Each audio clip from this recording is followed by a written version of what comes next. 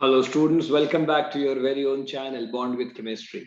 We were doing solid states term 1 episode 2 and today we were going to talk about types of unit cells या हम कह सकते हैं atoms per unit cell. बहुत ही easy chapter है यार. इसका मैंने एपिसोड 1 डाला है जिसमें मैंने आपको बताया कि types of unit cell, lattice क्या होता है, यूनिट सेल क्या होता है, लैटिस पॉइंट क्या होता है. तो एक बार गो थ्रू करिएगा उसको, then I guess this will going to help you a lot. और फॉलो करिए, आराम से नोट्स बनाइए, things will going to be very very easy. जैसे कि मैंने आपको बोला, everything will be done in with the help of short videos. तो आराम से इसको देखते हैं. तो हमने पहले जो हमने कल बात किया था, पहले एपिसोड में जो बात किया था, हमने बात की थी कि टाइप्स ऑफ यूनिट सेल में हम बात करेंगे प्रिमिटिव यूनिट सेल, जिसको हम सिंपल क्यूबिक यूनिट सेल भी बुलाते हैं.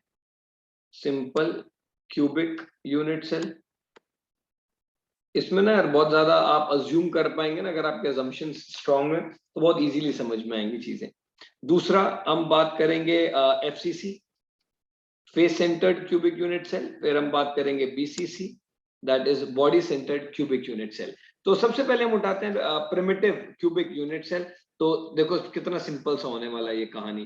तो मैं यहाँ पर एक काम करता हूँ, दूसरे पेन से लिख देता हूँ. तो यहाँ पर हम स्टार्ट कर रहे हैं simple cubic unit cell. Simple cubic unit cell. तो भाई हम क्योंकि क्यूबिक की बात कर रहे हैं तो फटाफट से हम एक क्यूब बनाते हैं. देखो जिस कमरे में आप बैठे हो आप उसको देखो जरा, भले वो क्यूबॉइड हो बट आप अज्यूम करके चलो कि यार वो एक क्यूब है जिसके अंदर आप बैठे हुए. तो अगर आप थोड़ा सा भी अज्यूम कर लोगे तो जिस कमरे में आप बैठे हो, इनफैक्ट जिस कमरे में बैठ के मैं आपको पढ़ा रहा हूँ उसमें भी देखोगे तो कितने कॉर्नर्स आपको देख रहे होंगे. 8 कॉर्नर्स आपको ऊपर देख रहे होंगे और 4 कॉर्नर्स आपको नीचे देख रहे होंगे. तो टोटल एक क्यूब में 8 कॉर्नर्स होते हैं. तो ऑब्वियसली अगर एक क्यूब बन रहा है, एक यूनिट सेल बन रहा है, तो ऑब्वियसली क्या होगा, लैटिस पॉइंट्स को जोड़ के बन रहा होगा. और इन लैटिस पॉइंट्स पर कौन है भाई, इन लैटिस पॉइंट्स पर हैं एटम्स. तो यहाँ पर लैटिस पॉइंट का भी एक एटम है, यहाँ पर भी एक लैटिस पॉइंट एटम, यहाँ पर भी एक एटम, यहाँ पर भी एटम, यहाँ पर भी एटम. भाई सिंपल क्यूबिक यूनिट सेल का मतलब क्या है कि भाई लैटिस पॉइंट्स पर जो एटम है सिर्फ उन्हीं पे कॉन्सेंट्रेट करना है. तो देखो यार मैं एक एटम आपको बना के दिखाता हूं. देखो जरा, मान लो इस कॉर्नर पर ये एक एटम ऐसा है. अज्यूम करो कि जिस कमरे में आप बैठे हो कि उसके कॉर्नर पर एक बड़ा सा एटम रखा हुआ है. तो क्या वो पूरा का पूरा एटम, जो आदमी कमरे के अंदर खड़ा हुआ है, मान लो एक आदमी यहाँ पर है कमरे के अंदर और वो इस एटम को देख रहा है, भाई यहाँ पर इस एटम को देख रहा है, तो वो देखेगा कि यार पूरा एटम तो इस कमरे में नहीं आ रहा है, कुछ पार्ट ऑफ द एटम जो है वो इस कमरे में है और बाकी पार्ट ऑफ द एटम जो है वो कमरे से बाहर है. तो हम इसको बता देते हैं कि भाई जो पार्ट अंदर है क्यूबिक यूनिट सेल के, वो 1/8 पार्ट अंदर होगा. तो ध्यान से देखो, इस कॉर्नर पर भी एक एटम होगा, इसका भी 1/8 पार्ट होगा, इसका भी 1/8 पार्ट, इसका भी 1/8 पार्ट. इन शॉर्ट जितने भी कॉर्नर्स हैं, हर कॉर्नर पर जो आदमी अंदर बैठा हुआ क्यूबिक यूनिट सेल में, अगर आप कमरे में बैठे हैं तो आप देखेंगे हर कॉर्नर का छोटा छोटा पार्ट, 1/8 पार्ट हर कॉर्नर से एक एटम का पार्टिसिपेट कर रहा होगा. तो भाई how many corners are there in cube, there are 8 corners. और कितना पार्टिसिपेशन आ रहा है हर एटम का, 1/8. भाई कितना आ गया सॉल्व करके, 1. That mean simple cubic unit cell में कितने एटम्स पार्टिसिपेट कर रहे हैं, 1 एटम पर यूनिट सेल. तो भाई सिंपल सी बात है, 1 एटम पर यूनिट सेल. एक क्यूब में अगर मैं सिंपल क्यूब की बात कर रहा हूं तो एक एटम होगा. तो ध्यान से देखो ना यार, ये पिज्जा का छोटा सा स्लाइस है ना भाई, यहाँ पर भी एक वो स्लाइस होगा, यहाँ पर भी एक स्लाइस होगा. सारे स्लाइस को आप जोड़ दोगे बने को तो एक पिज्जा बन जाएगा. दैट मीन्स एक एटम पार्टिसिपेट कर रहा हो अगर मैं सारे एटम्स को जोड़ देता हूं तो every corner is participating 1/8 atom और in total there are 8 corners. तो 8 इंटू 1/8, तो सिंपल क्यूबिक यूनिट सेल का नंबर ऑफ एटम्स का पार्टिसिपेशन हो गया 1. आई एम श्योर आपको बहुत अच्छे से समझ में आ गया होगा. आगे बढ़ते हैं और इसमें देखते हैं नया, हम बात करते हैं FCC, that is face centred cubic unit cell. मैं लिख देता हूं यार, face centred cubic unit cell. यार माफ करना, मेरी राइटिंग थोड़ा सा भी ऐसी आ रही है, बट ठीक है, आई एम श्योर आपको ये समझ में आना चाहिए, एग्जाम में इसी के हिसाब से लिखा हुआ होगा. देखो यार क्यूबिक यूनिट सेल की बात कर रहे हैं तो भाई एक क्यूब बना लेते हैं फटाफट से. भाई क्यूबिक यूनिट सेल बना लिया कि जैसा कि मैंने आपको बोला कि भाई अगर कोई यूनिट सेल बन रहा होगा तो भाई लैटिस पॉइंट्स तो जुड़ ही रहे होंगे, मतलब लैटिस पॉइंट्स जुड़ रहे होंगे, दैट मींस कि लैटिस में क्या होंगे भाई, कॉर्नर पर एटम्स होंगे। भाई लैटिस पॉइंट का मतलब क्या भाई, स्ट्रक्चर बन रहा है तो भाई एटम कॉर्नर वाले तो जुड़े रहे हैं।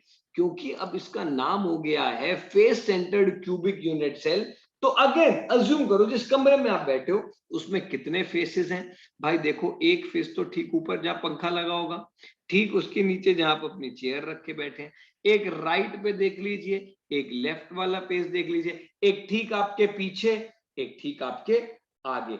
तो भाई टोटल कितने फेसेस हो गए, 6 फेसेस हो गए।